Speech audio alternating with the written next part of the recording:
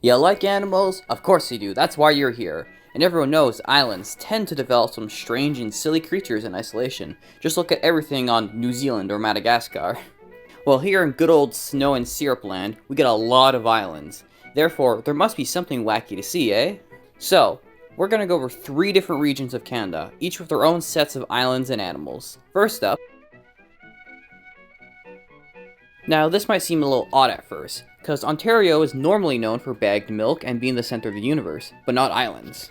However, there are still a few strange islands dotted around, like the little forgotten Pelee Island in the middle of Lake Erie, which is also the southernmost inhabited area in Canada, with 230 or so people living on this 42 square kilometer tiny rock. But because it's in the middle of Lake Erie, the island tends to have milder weather than the mainland, so this makes it excellent for agriculture. You got the boring things like wheat and soybeans, but you also got things like wine vineyards for their own winery company that you can go to in Kingsville. But enough island economy stuff, what about the wildlife? Well, there's no animals truly endemic to the island, however, there is several that are rare to find outside of it. So, ever hear of the salamander cum snatchers? Okay, as insane as that statement sounds, it's probably the most literal description I can give to the unisexual Ambystoma salamanders.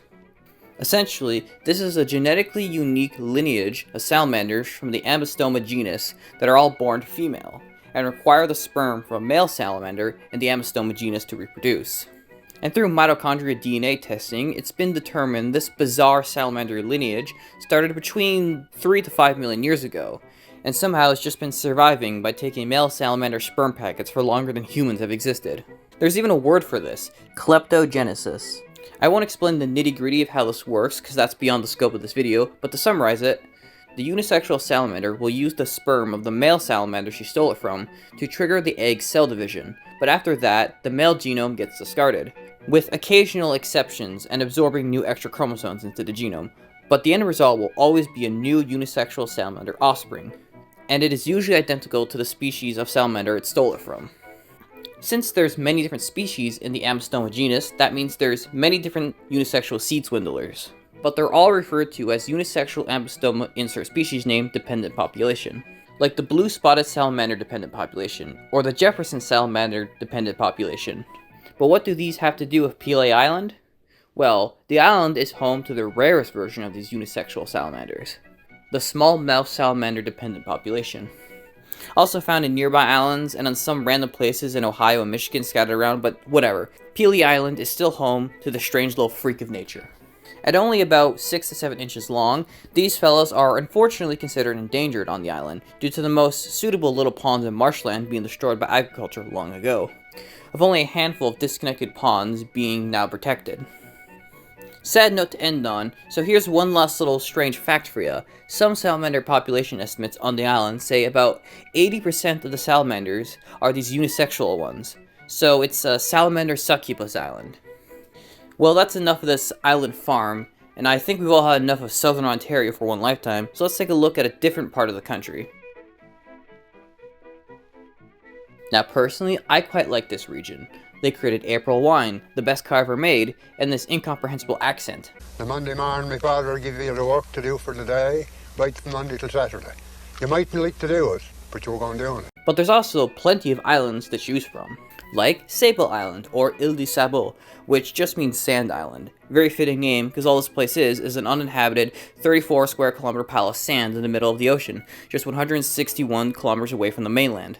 I say pile of sand, but it looks more like a parasitic worm, to be honest. So what could possibly exist here? Well, there's this massive colony of gray seals, but gray seals are found in a lot of places, so what else? The majestic Sable Island sweat bee, of course. Never heard of a sweat bee? Well, you've probably seen one. They're the second largest family of bees and exist kind of everywhere. They're most notable for their relatively small sizes, building nests in the ground, and being attracted to sweat, hence the name. And if you're wondering why they're attracted to sweat, it's because they want the salt. And Sable Island has its very own species of sweat bee, Lasioglossum sabilens. This tiny black and yellow 6mm long insect lives in the sand of the island, and is an important pollinator to the sand's limited vegetation. But these bees are considered threatened, especially in the near future with rising sea levels and the risk of invasive species entering the island. What invasive species could end up here? Well, there's always a risk a boat could bring in new bugs or small animals.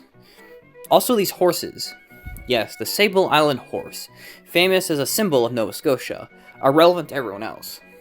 This genetically distinct, isolated horse population of around 500 is notable for its small sizes. Where an average horse may weigh up to 600 kilograms, the Sable Island horse weighs only up to 360 kilograms.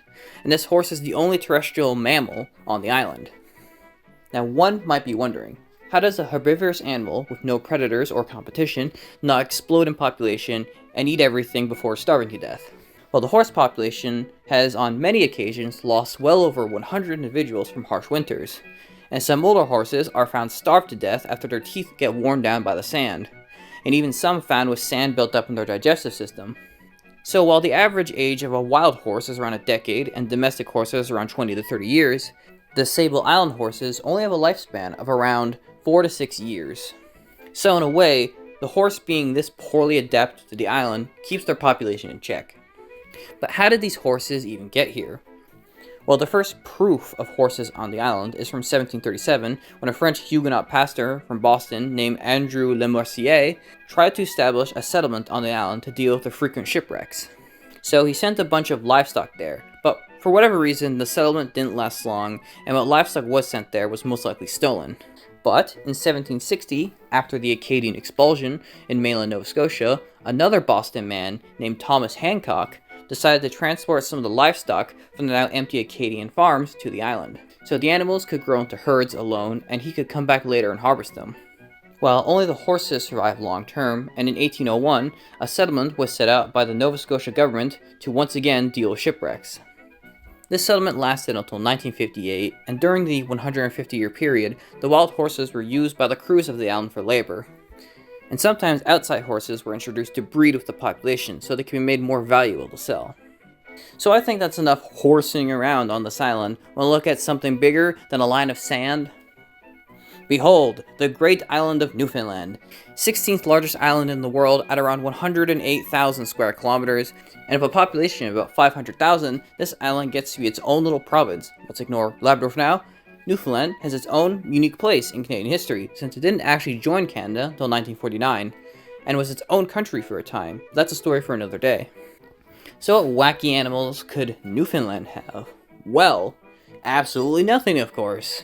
Every animal here can be found on the mainland in higher numbers, except for a specific subspecies, black bear and pine marten, that are a bit bigger than their mainland counterparts. I know, I'm just as disappointed as you are. However, Newfoundland does have 3 endemic plant species. So we're cheating a bit here, but just bear with me. All of them are located on the Great Northern Peninsula, in a region called the Limestone Barrens, which as the name suggests, is just a bunch of rocks. But in between these rocks, you can find 3 plants. The Barrens Willow, which is this little red shrub thing, and the Longs Brea and Fernald's Brea, which are these 2 similar looking flowers. And that's all I really have to say about these plants, since most information online I could find is just a general description of the plants. But with that, I think we've looked at Eastern Canada enough. What does the other coast have to offer, Now, BC is a big place with many things like mountains, hippies, that place all those shitty Hallmark movies are filmed at, and a whole coast of islands of various shapes and sizes, like Haida Gwaii, or sometimes called the Queen Charlotte Islands. This isolated, close-knit archipelago of around 10,000 square kilometers is basically just one big forest. And with only 4,500 people, nature here probably has good odds of developing something unique. Behold, the Stalagwai slug. Okay, just hear me out. This isn't any ordinary slug, since it can only be found on these islands, and this random peninsula on Vancouver Island, but shut up! So, not only is its location rare, so is the entire genus, since this slug is the only living member of the Stala genus. Why is it the only one? Well, it's believed the Stalagwai slug is a remnant population from the last ice age that's managed to survive here in isolation. But there's also morphological differences that make it stand out. At around 1 or 2 centimeters, this tiny slug may look like any ordinary slug at first. But if you look closely, you can see they're covered in blackish little bumps, and, most notably, their mantle forms into this noticeable hump along their back. And since we love random morphology differences, I now present to you the Queen Charlotte black bear. The apex predator of the islands, and supposedly the largest subspecies of black bear. And I say supposedly because sources online would not give me an actual number, but regular black bears can sometimes weigh over 200 kilograms.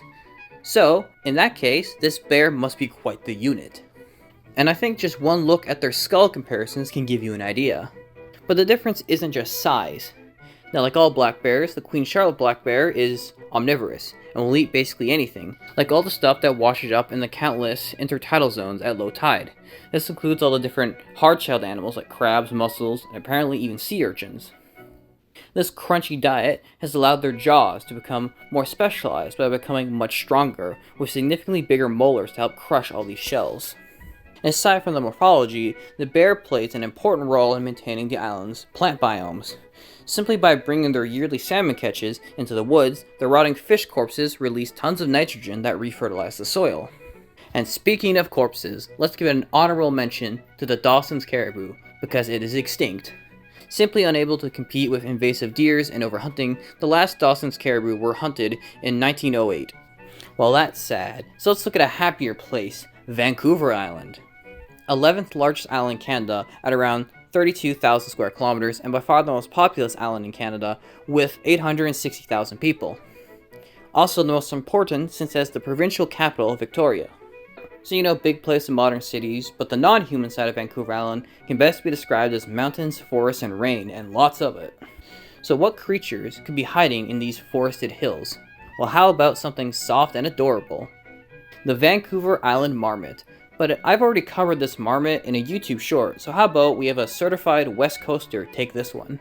Hi, this is the Pharaoh Nerd, another Canadian YouTuber, and since this next animal is from the very province I live in, BC, I'm gonna cover it. The Vancouver Island marmot is the rarest marmot species in the world, and it's endemic to Vancouver Island. Where else? Now, obviously, it looks pretty similar to other marmot species. There's only so many shapes a marmot can take, but it can be distinguished by its trademark chocolate brown fur and the white patch around its face. It's usually only 7 kilograms or even less, so they're prime targets for predators like wolves, cougars, and even eagles. So to survive, these silly creatures live in the subalpine meadows of the island. So basically the treeless meadows right below snowy mountains. And they hibernate for like 6 to 8 months in their burrows, where they raise their litters in groups typically made up of one male and a few females. Sometimes they make several burrows in the same area that form large colonies. And apparently, Vancouver Island marmots have been noted to be less aggressive and territorial than other marmot species, which are usually pretty hostile to anything that enters their territory. Now, unfortunately, the Vancouver Island marmot is considered critically endangered as their population collapsed in the 20th century, and by the early 2000s they only had a wild population of a few dozen. And why is that? Well, surprisingly, hunting by humans is, for once, not a major factor. It's probably the result of climate change and increased predator activity. I guess those eagles are taking steroids or something. On the habitat front, the marmots are reliant on their tree-free meadows below the mountains, and these meadows are only kept tree-free by large amounts of snow cover, preventing thick forest growth. But with winters becoming less predictable and snow less heavy, forests are starting to cover more of the meadows. Human logging also harms the marmot, but not in the ways you'd think. When chunks of forest are cleared out by loggers, the marmots sometimes try to colonize the cleared land. But in the long term, this dooms that new marmot population, since the trees will grow back within a decade or so. I don't know why they just can't adapt to living with trees. Maybe they deserve to go extinct, I don't know. And secondly, loggers oftentimes create cleared out paths in the dense forests, which predators may use to travel deeper into marmot territory than usual. But fear not, all is not lost for these poor little rodents, since for over 2 decades, the Marmot Recovery Foundation has been working to breed captive marmots, and it's been releasing them into the wild. A population figure from 2021 estimates that the wild marmot population sits around 250 now, which is pretty good, I guess. But with the release of 60 new marmots in 2024 and a successful pup season, that number is now most likely between 300 to 400. So perhaps one day, these chocolate rodents will be a common sight once again. Wasn't that creature just adorable? Well, now time for something disgusting. Lampreys. You know them and probably hate them. Those blood-sucking demon fish. And BC has many different species, like the common ocean-dwelling Pacific lamprey. or the endemic freshwater Vancouver Island lamprey, only found in Cowichan Lake on Vancouver Island. Now, all lamprey species follow the same general life stages early on. They hatch, and they turn into filter-feeding larvae in the ground for several years. But did you know, not all lampreys are parasitic demons? That's right, there's two types of lamprey species, parasitic, like the two species I just mentioned, and non-parasitic, that don't gain sharp teeth as adults and instead lose their ability to eat entirely. Such is the fate of the western brook lamprey that lives in the freshwater river systems across the west coast. They hatch, live as larvae for around 5 years, then become adults with no working digestive system, and within less than a year, they mate and die.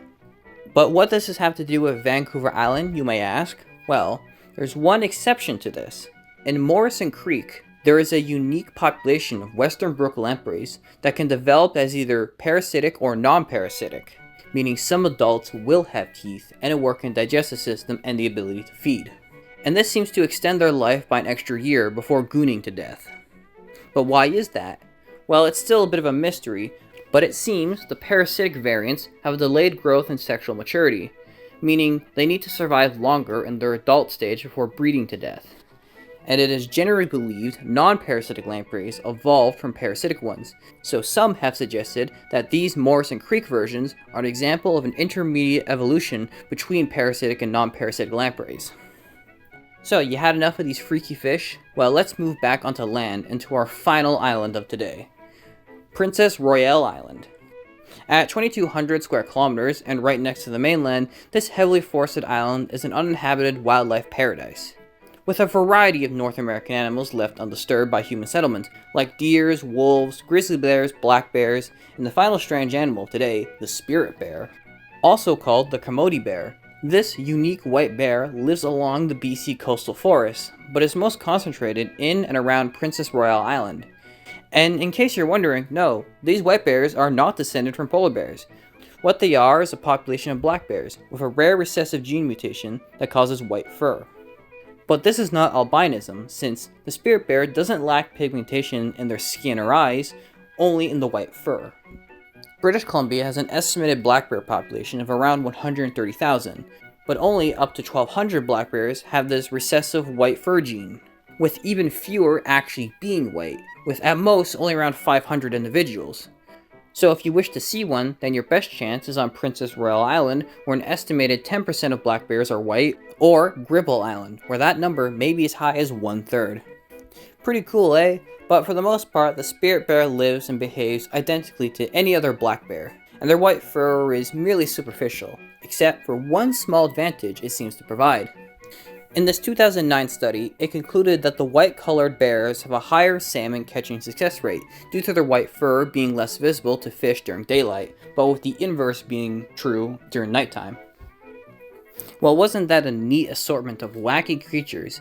So, if you enjoyed this, then be sure to like and subscribe for future projects, and don't worry, my normal history videos will resume soon enough. But if this video does okay, I'd love to make more animal related videos in the future, so be sure to tell me your thoughts.